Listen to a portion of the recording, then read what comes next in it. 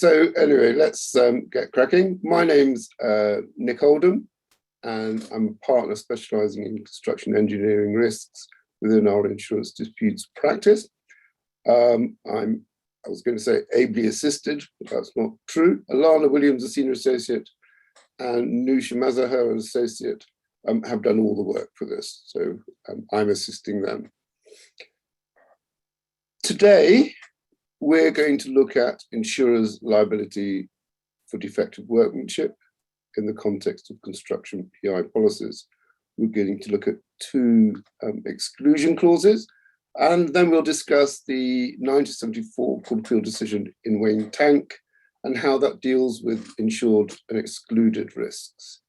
At the end of the session, just to check that you're still awake, we're going to have a couple of hypothetical case studies arising from actual construction projects, and we will have a couple of polls to see whether or not you agree with our view.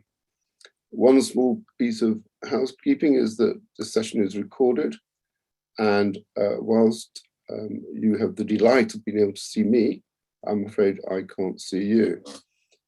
So if we're going to look at how workmanship is excluded, then perhaps we should see what is in the first place covered. Alannah, do you want to talk about what's effectively covered under PI policy? Yes, so let's touch very briefly first on the purpose of PI. So the insuring clause in any PI policy will provide protection to an insured who is to incur a liability to a third party arising out of a negligent act or omission carried out in its professional capacity. We've put up on the slide examples of an insuring clause from a design and construction, or D&C, PI policy, and an architect's PI policy. You'll see the reference to negligence is explicit in the first excerpt, so that's the clause from a D&C policy. This clause provides more fully. Insurers will indemnify the insured in respect of claims arising out of any negligent act, error, or omission of the insured, or any negligent act, error, or omission of any specialist designers, consultants, or subcontractors of the insured in the ordinary course of its professional business. Note that the second excerpt from an architect's PI policy seemingly provides wider cover in that it doesn't refer to negligent acts specifically, but instead states that indemnity will be provided for a loss arising for a claim for any civil liability, which includes workmanship defects arising from the ordinary conduct of the insured's professional business. So, having looked briefly at what's covered, let's move on to the exclusions. There is very often a specific clause in both D&C and consultants' PI policies, excluding liability for poor or defective workmanship. This is what we're focusing on today. You'll see on the slide such an exclusion clause from a D&C PI policy. This wording provides that the policy will not indemnify the insured in respect of any claim or loss arising out of defective workmanship by the insured or its subcontractors or consultants. Note, however, that it does include a right back, as they very often do, if the claim is connected with the negligence of the insured or its subcontractors or consultants in the performance of the insured's professional activities and duties. So, Alannah, does that mean that if there is no express workmanship exclusion in a particular policy, workmanship will be covered? If there isn't an exclusion clause specifically referring to defective workmanship, as is sometimes the case, there will still be a clause excluding a pure contractual liability, like the one you can see on the slide, which also and more generally affects the restriction of cover under a civil liability policy to an indemnity for negligent acts and not workmanship. So this clause provides that the policy will not respond if the claim arises, either directly or indirectly, from any breach or alleged breach of contract, where it is claimed that the insured's contractual duty or duties are more onerous than would be implied by common law. So common law being negligence. So It's worth also noting that workmanship is also taken out of the cover available under both a consultant's and a main contractor's PI policy by restricting cover to liabilities arising out of the insured's professional activities, sometimes professional duties. This will be defined within the policy, and for clarity, the insured activities are usually listed, sometimes in the definitions section and sometimes in a schedule, like the example shown on the slide, which is from an architect's PI policy. I don't intend to read this out, but you'll note, of course, that professional consultants don't build or carry out works, such that in this case, carrying out works does not appear on this defined list. Okay, but presumably within the definition of professional services, an insured professional will often have a obligation to inspect and perhaps more worryingly, supervise the work. So if there are workmanship failures that have not been picked up by that inspection or supervision, then insurers are in fact insuring defective workmanship. That's an important point. Thank you. But the insuring clause in a PI policy will ensure the professional insured where it has been appointed to supervise the works of others. The consultant obviously doesn't carry out works to get wrong, but a main contractor does. So accordingly, a very common restriction to the cover for supervision is where the insured might act as a clerk of works and supervise the detail of its own works. On the slide is an example of the definition of professional services from a D&C policy, which provides that professional services shall not mean inspection and or supervision by the insured of its own or any subcontractor's work, where such supervision is undertaken in the capacity of a building or engineering contractor or the services of a clerk of works or any person in a similar role. The upshot is that if a D&C contractor is performing a clerk of works role in that its own person is checking, for example, that brickwork is properly keyed, that's not covered under the PI policy. So it's not important, it's not possible, as you suggested, it might be, Nick, for an insured to bring in its own workmanship defects under the policy via the back door. Thank you. So what about if the insured both designs and carries out the works? We've had enough of you, Alannah. Neusha, what can you address that? What happens here? Of course. So the distinction between acts that hold an obligation to exercise reasonable skill and care and those such as workmanship, which do not, are particularly relevant to main contractors who, as you say, Nick, both design and build the works. The obligation under the JCT design and build contract are put in the way as shown on the slide. The contractor shall carry out and complete the works in a proper and workmanlike manner and in compliance with the contract documents, and for that purpose shall complete the design of the works, including the selection of any specifications for the kinds and standards of the materials, goods, and workmanship to be used in the construction of the works, so far as not described or stated in the ERs or CPs. With respect to workmanship, that is an absolute strict contractual obligation. As far as design goes, the obligation to complete the design is said to be that of an architect or other appropriate designer. It is their liability or duty to exercise reasonable skill and care. Where there is such an exclusion from contractual liability in the insurance policy, defective workmanship will be excluded, and indeed the policy is being converted to that like a D&C policy to cover negligence only. Well, as you can see, I'm not quite sure whether I'm fulfilling the role of Robin Day or the narrator from the Rocky Horror Picture Show. But we've got a scenario then where there are two causes of a loss or a liability, that is design and workmanship. And the Wayne tank case, which we're going to consider now, helps us determine what insurers can and can't do there. Neusha, do you want to carry on and take us through the facts, decisions in Wayne Tank?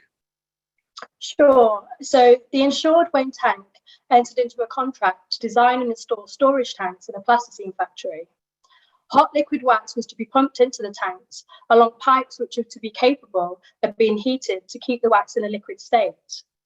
Wayne Tank intended on carrying out tests of the installation before it was used, and if completed, the test would have revealed defects both in the materials used and the installation. On the night before the test was due to be carried out, one of the factory's employees switched on the installation and left it unattended overnight. The installation burst into flames and the factory was destroyed and had to be rebuilt. The factory owners brought a claim against Waintank, who was held liable to pay damages. Waintank then tried to recover under its public liability insurance policy. And do you want to just run through a couple of relevant clauses in that policy? Yeah, so the insurance clause in Waintank's public liability policy provided that insurers would indemnify the insured against all sums which it became legally liable to pay as damages consequent on damage to property as a result of accidents happening in the course of its business, causing damage on premises described in the policy. The factory was included in the defined premises. However, there was an exclusion clause in the policy, excluding insurers for liability resulting from damage caused by the nature or condition of any goods sold or supplied by or on behalf of the insured. So in effect, the issue was whether the policy responded or whether the cause of the damage fell within the exclusion. So what did the court decide was the cause of the loss in this case? Well, the court at first instance held that the insurers were liable to indemnify Waintank for its losses under the policy. However, the defendant insurers appealed, and the Court of Appeal reversed that decision and held that there were two effective causes of the loss. The first cause was the conduct of Waintank in supplying defective materials for the pipes in addition to a useless thermostat, which meant the installation was completely unsuitable for its purpose. And second, the actions of the factory owner's employee in switching the installation on and leaving it unattended prior to testing. Well, Neusha, I'm coming beside myself with excitement. What was the outcome where one cause was covered and one was excluded? Well, the famous Lord Denning and Lord Justice Roscoe went on to find that the first cause, the defective supply and installation, was a proximate cause of the loss, even though it was more remote in time. Since this cause fell within exemption to the policy, Waintank's claim was not covered. In terms of the court's later application of Waintank, it's important to note the other comments made in the case. Although the determination of the dominant proximate cause of the loss was enough to decide the case, Lord Denning helpfully went on to consider what the answer would be had both causes of loss been equal in their efficiency in bringing about the damage, where one cause was covered by the policy and rendered insurers liable, and the other was within an exclusion and would exempt insurers from liability. Having referred to some obiter comments from a number of earlier decisions, Lord Denning concluded it would seem that insurers can rely on the exclusion clause. The reason he gave was that the parties to the insurance contract had freely decided what losses were to be excluded, and the only way to give effect to their agreement was to exempt the loss altogether. So effectively, the Waintank principle is such that a policyholder is unable to recover when one cause is covered and the other is excluded. So for the purposes of today's discussion and subject to the terms of the particular exclusion clause, which we will discuss, where a liability arises out of, say, a main contractor's failure to design the works with skill and care, and the excluded failure on their part to construct the works in a proper workmanlike manner, the insured would not be able to make a recovery. That must be right. Yep, that's correct. Right. Okay. Well, Waintank was decided in the Court of Appeal in 1974, so perhaps we should look at a case where it was subsequently applied or not applied. And this would be an example where there were two causes. One cause was insured and the other cause is not insured but not excluded. Alannah, should we hear from you again? Yes, so I think it's useful to look here at the case of the Miss JJ, which was a 1986 decision of the Court of Appeal. This was actually a marine insurance case, but its relevance does extend beyond the insurance of ships, and it is regularly referred to in various scenarios now. So by way of a very brief rundown of the facts, the Miss JJ was a motor yacht, and she was rather ill-designed and ill-constructed. On one return crossing of the English Channel, the vessel ran into very choppy seas with high waves, and as a result, she suffered damage to her hull. The yacht's owners sought to be indemnified under their marine insurance policy, which provided cover against, quote, all loss of or damage to the insured craft, which is directly caused by external accident means, close quote. The defendant insurers said the loss had not been so caused. They argued that there had been nothing exceptional about the sea at the material time and that there was nothing accidental about the loss. The policy excluded faults in design or construction, and the insurers said that what had caused the loss was the admitted faulty design of the yacht, which made it unseaworthy for a cross-channel passage, during which seas of this kind could be anticipated. Note that unseaworthiness was not expressly excluded from the policy. Litigation ensued. So at first instance, the court found in favour of the yacht's owners, and they were covered under the policy. On appeal by the insurers, the Court of Appeal agreed that the claim was covered, relying in part on the decision in Wayne Tank. The Court of Appeal held, firstly, that the insurance policy did not exclude unseaworthiness or design defects which contributed to a loss without that being the sole cause. So that was based on the specific wording of the insurance policy here. And secondly, for the defendant insurers to succeed, the court held they would need to show that the design defects were the dominant cause, that the adverse sea could not fairly and on common sense principles be considered a proximate cause at all. The court held that this was not the case, as one cause without the other would not have caused the loss. In summary, therefore, the court held in the Miss JJ that where there were two concurrent causes of loss, one of which was an insured peril and the other was not covered under the insuring clause, but was not an excluded peril, i.e. the unseaworthiness caused by the defects, the defendant insurers were bound to indemnify the insured under the policy. Okay, thank you. So we've looked at the court's application of Wayne Tank in Miss JJ. If we look at now a couple of case studies to demonstrate its application in the world of professional indemnity. I was involved in a case involving defective cladding, in fact, signage above a door that blew off a building. The claim was brought against the D&B contractor, who in turn sought to be indemnified under its policy. It was found that both design and workmanship errors had contributed equally to the cause of the cladding failure.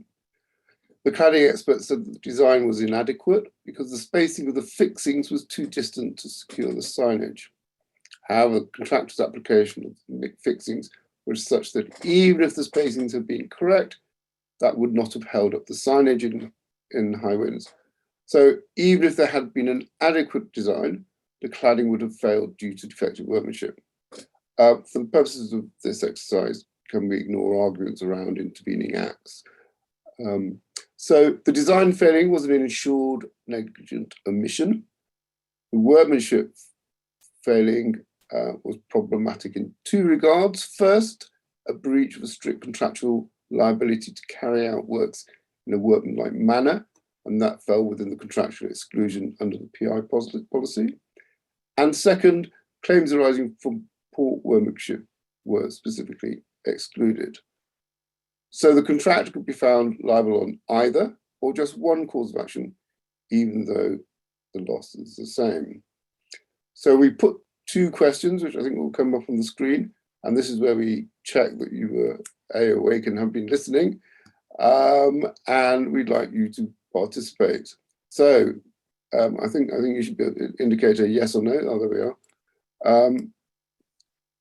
First question is, can insurers rely on the two exclusions to deny liability to their insured? Simple yes or no.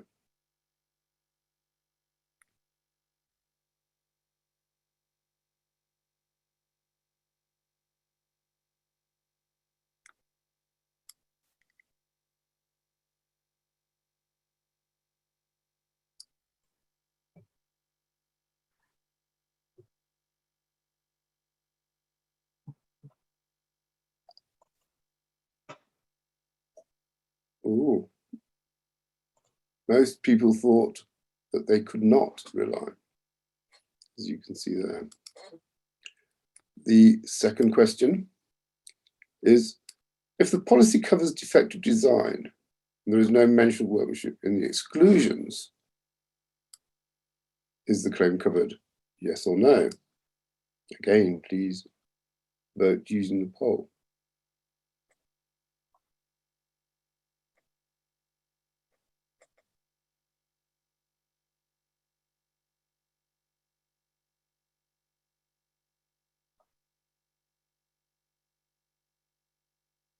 A very large number of people thought yes. I think those who voted. So, Neusha, what do we think is the correct answer in each scenario? So in the first scenario, the policy would have responded to indemnify the contractor. For the principle to apply, the causes must be cooperative or interdependent, i.e. each cause must have been necessary for the loss to occur, but neither alone would have been sufficient. The contractor could be liable on either or just one cause of action, even though the loss is the same. So put another way, each cause by itself would be sufficient to cause the loss. As to the second question, first, we will assume that both exclusion clauses write back cover, like the ones that we looked at earlier, where liability is connected to the negligence of the insured. As such, we do not have a situation where one cause is covered and the other is excluded. So because of the write back, the policy also responds in this scenario. Thank you. All right, a second case study. The insured was a design and build contractor, contracted to build a warehouse. The flooring of the warehouse was coated with a waterproof coating system, and it was damaged and suffered persistent leaks. It was identified that the wrong coating was specified. The insured was instructed to remove the flooring system and design and install a replacement. The insured completed the works, but some months later, cracks and waters reappeared. The claimant brought a claim against the insured for both deficiencies with the original design for breach of reasonable skill and care and breach of its strict obligations and warranties under the JCT Design and Construct contract. The insured sought to rely on cover provided in its PI policy. The insurer sought to rely on the Wayne Tank to argue that there were two breaches, but only one of which was insured.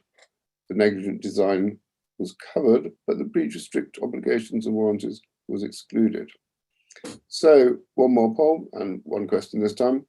In this scenario, if the policy included negligent design but excluded contractual obligations and warranties, does the policy respond?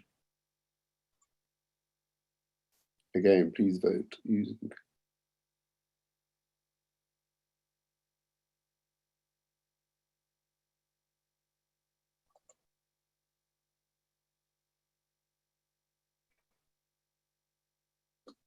Ooh, pretty equal there. That's interesting. Right, okay.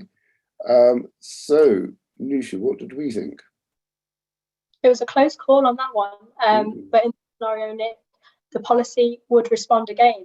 The exclusion clause writes back cover to the policy in circumstances where the liability is connected to the negligence of the insured. Very good. So, looking at Wayne Tank, when it came out, did sort of appear to upset the relationship between insurers and their insureds, and potentially in particular in relation to design and build contractors. And it suggested that many claims would not be covered where they arose from both contractual absolute obligations, which design and build contractors always give, and breaches of reasonable skill and care obligations they always have. As we have seen, however, the insurers have over the years removed this gap in cover by way of the negligence right back within the exclusion clause. So we've come to the end of our time. I hope that was helpful. Thank you for joining us. Do complete the feedback form, but only if you want to say nice things about me. Also, please include any topics you would like us to consider going forward. And if you've got any specific questions about what we've raised today, then please do email me direct and we will get back to you. 15th of June is the next big day when my colleagues Neil Davies, Sophie Briggs and Nathan Jones will be discussing contribution claims arising from construction contracts. think I'll listen in on that one. So enjoy the rest of your day. Thank you very much.